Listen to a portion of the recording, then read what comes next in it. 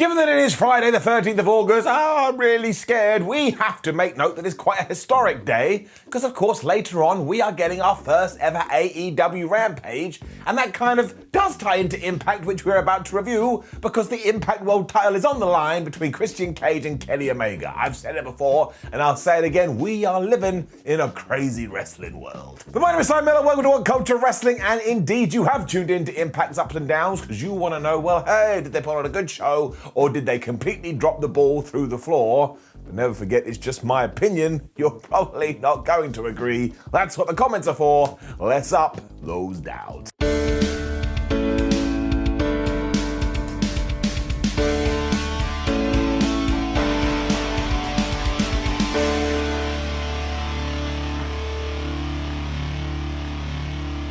Impact this week kicked off with Tenille Dashwood versus Taylor Wilde, and really, we should have known what was going to happen here, because 7 days ago, Impact basically telegraphed it, but like the moron I am, I thought they were going to wait a little bit longer.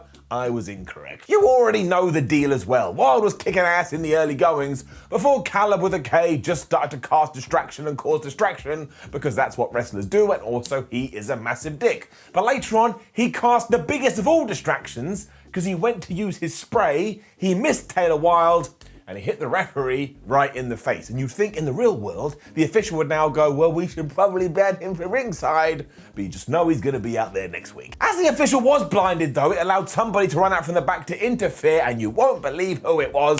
It was the returning Madison Rayne. And again, tying into what I just said, Scott D'Amore had referenced her last week. How did we not know? I mean, you probably did, I did not. He had insinuated that she was going to be mad at Tenille Dashwood though, so there was a huge twist here because she walloped Taylor Wilde right on the head, and that allowed Tenille Dashwood to get the pin 1, 2, 3, and then we kind of tied all this into a long-term story too, because Tenille's been like, oh man, new tag team partner for around about 7 years. Finally, she has one, it's in Madison Rayne. So actually, this came very nicely together. I quite appreciated it, and it's getting it up. Taylor Wilde is now have to go out there and find a tag team partner. I have no idea who that's going to be. Video promo with some of the people that are going to be competing in the #1 contender Battle Royale later. And of course, they all thought they were going to win, so at least one of them is going to let their parents down. And then Impact was like, hey man, you want some wrestling? We're going to give you some wrestling. Because we were right into our next match. And it was Josh Alexander, who is having a hell of a year, taking on Daivari in a non-title contest. This was very good. They were trading submission attempts at first, with the champion getting the upper hand, when all of a sudden, who walked out onto the aisleway? It was none other than Jake Something. And as I've said on other episodes of Ups and Downs, and nobody is listening to me, can we please build that damn gate? He didn't do much of anything, which I did appreciate, because despite only having one match, I'd already seen enough distractions.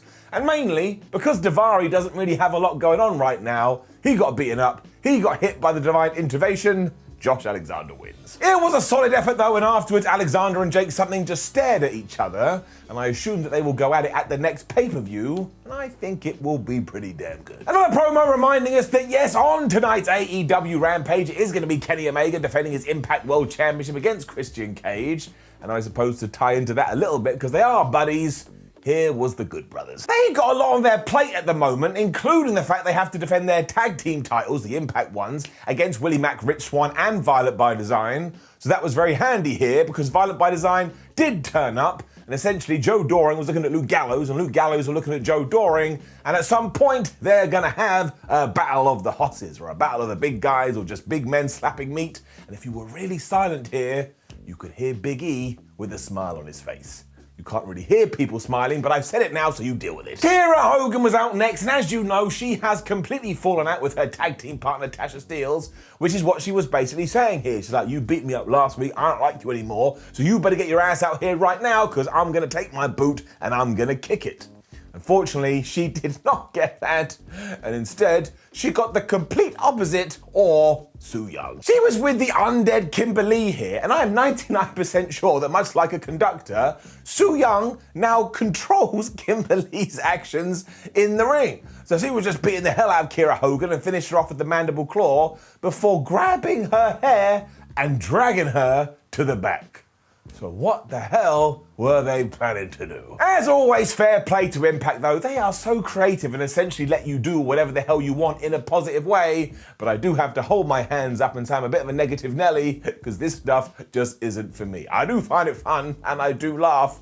I just do not get it at all. So again, mad respect, but just for my brain, down. Interview with Kenny Omega and Don Callis after this, and I think this was shot after this week's AEW Dynamite, so that was kind of a cool. And you know what they're going on about here. They don't care what anybody thinks, they don't care what anybody does, and they don't care what anybody says. When we get to the weekend, Kenny Omega, the belt collector, will still have all of his prized possessions. But will he? I actually think he's gonna lose. It was then Finjuice versus what I guess we can call the Bullet Club now, because it was Jay White and the brand new member Chris Bey. And of course, this is building to New Japan's Strong Resurgence show, which is happening very soon, I think. I can't remember. But look, these guys, they're just really good professional wrestlers. This was one of the best things on the show, and it's getting done. It was all focused on that event as well, because we did have Jay White and David Finlay going at it at the early on, so you're like, oh my gosh, I get to see a promo of what I'm going to see in a few days. And then we switched the other way as Chris Bey got in there with Juice Robinson. Jay soon cast Distraction as well, which allowed these two guys to take over,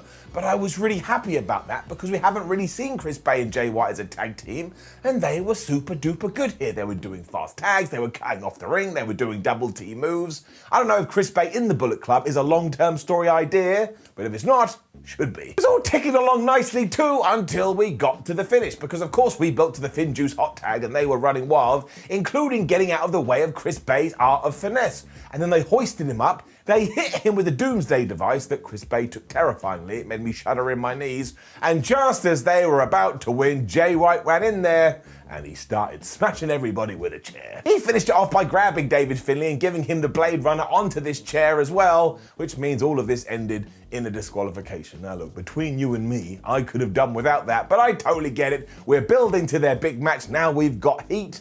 And it's really hard to hate any of this, because it's so cool to watch an Impact show that's leading to somebody else's pay-per-view.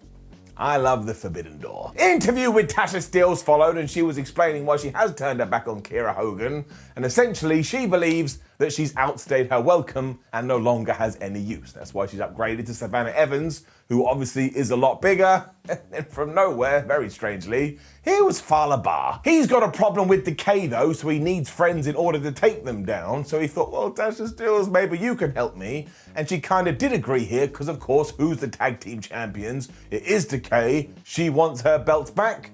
So we're going to do some kind of something with these people. It was fine. We then continued all our Forbidden Door stuff too, because Melina was here and she was like, oh man, I can't wait to take on Deonna Purrazzo at that upcoming NWA event. When Deonna popped her head in and was like, well, I wouldn't look forward to it too much because I'm going to win. We then got this video showing how hard Purrazzo is training, and that was a little bit strange. So I'm like, wait a minute, you're meant to be the bad guy in this, but that was a really cool vignette showing how seriously you're taking it. So that one was a little bit confusing. Ended with Melina having her own surprise, because on next week's episode of Impact, she's going to have her in-ring debut, so that's cool. And as always, just take what I said a few minutes ago and apply it here. We're using Impact to build to another show. It's just like a joyous merry-go-round. Christian then popped up too to cut a promo about taking on Kenny Omega for the Impact World Championship. And I thought this was incredibly well done. Because when it was announced they're having the title match, everyone was like, well, Kenny's clearly going to win. Then everybody thought about it and thought, actually, no, it makes more sense for Christian to win. So now in this interview, it came across like, well, he's obviously going to win. So now I've gone the other way. I'm like, well, yeah, that was a bit too on the nose. Maybe he's not. So just bravo all round. I don't know what's going to happen. I'm still going to plump for Christian because I think it makes so much sense going forward with the narrative. But my word, am I excited in my Tootsie Toes for all of this? Yes, I am. And also, yes, I regret saying Tootsie Toes. I then loved what Impact did next. I can't remember the last time I saw something like this. And not Jake something, that damn name. But the point is, we had a squash match that turned out not to be a squash match.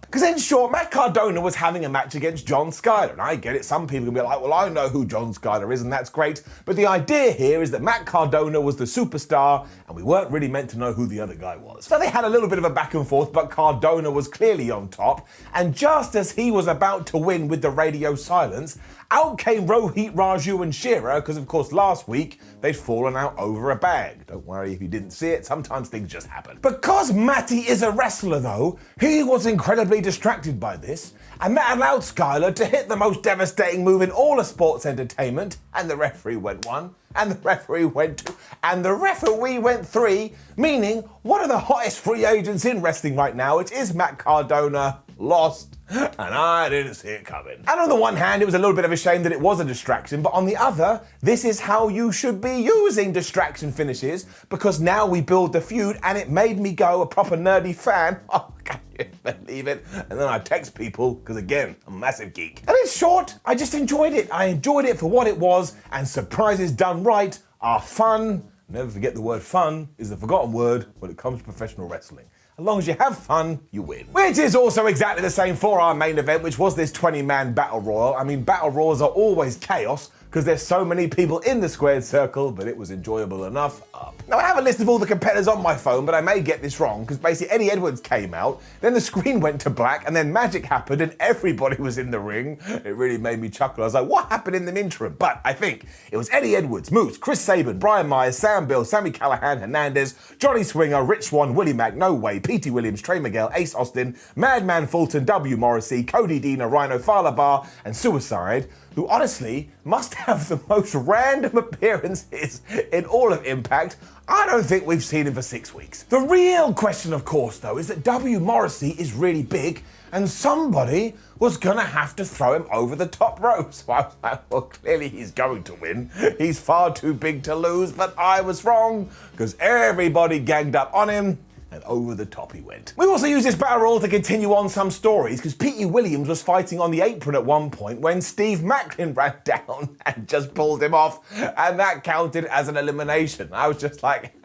the stupid rules of the battle royal. Steve Macklin wasn't even officially in this, but that's why it can never change, because it's so flubbing dumb. We will just go straight to the last 4, because you know how these things go, and they weren't really that unexpected apart from maybe one, because it was Moose, it was Chris Sabin, it was Sami Callihan, and it was Brian Myers, and it was Moose that got rid of Sami Callihan, so you'd have to imagine that we're going to do that match at some point, and I'd be all good with that. I'd like to see it. It also meant that Moose and Sabin could then go back to their program, because of course they really hate each other, but as it turned out, they hate each other too much, because they were just trying to choke each other, they were just trying to smash each other in the face, to the point Brian Myers arose from where he lay. He was like, well, no one's looking at me. I think I can just take a few seconds. Oh, they're near the ropes, and he grabbed both of them and he tipped them out, meaning that yes, Brian Myers is your #1 contender for the world title. Now, I don't think anybody saw that coming, which does mean at Emergence it's going to be Brian Myers versus either Kenny Omega or Christian Cage, which is another reason to go, well, maybe it is going to be Christian and he's going to come across the Impact, which would rock. But even if it is still Kenny Omega, I'm alright with Kenny Omega versus Brian Myers. The cool thing about this Forbidden Door is that you can do any kind of matchup you want, and I want all of them. Stick them into my veins. So I was very pleased about all of this. And as I've already said earlier, I enjoy being shocked. Everybody deserves an opportunity, and everybody deserves a due. And I think over the last 12 months or so, Brian Myers has been doing very well, especially throughout this. He grabbed Sam Beal, who was meant to be his friend, and he chucked him over the top. So he's an absolute dick. Don't worry about that. Overall, Impact getting up. Now, please do leave a comment below and let us know what you thought about last night's episode of Impact, and are you excited about the AEW Rampage title shot? Who's going to win? Like the video, share the video, and subscribe. Head over to WhatCulture.com where you can get other opinions that aren't mine. Make sure you come say hello on social media, and if you haven't watched every single ups and downs video this week, what the hell are you doing? Change it now. My name's Simon for WhatCulture. Thank you for joining me as always. And yes, I've said it once, I've said it twice, I'll say it thrice tomorrow. We up those downs to SmackDown. We up those downs for AEW Rampage. And then, and only then, will I sleep.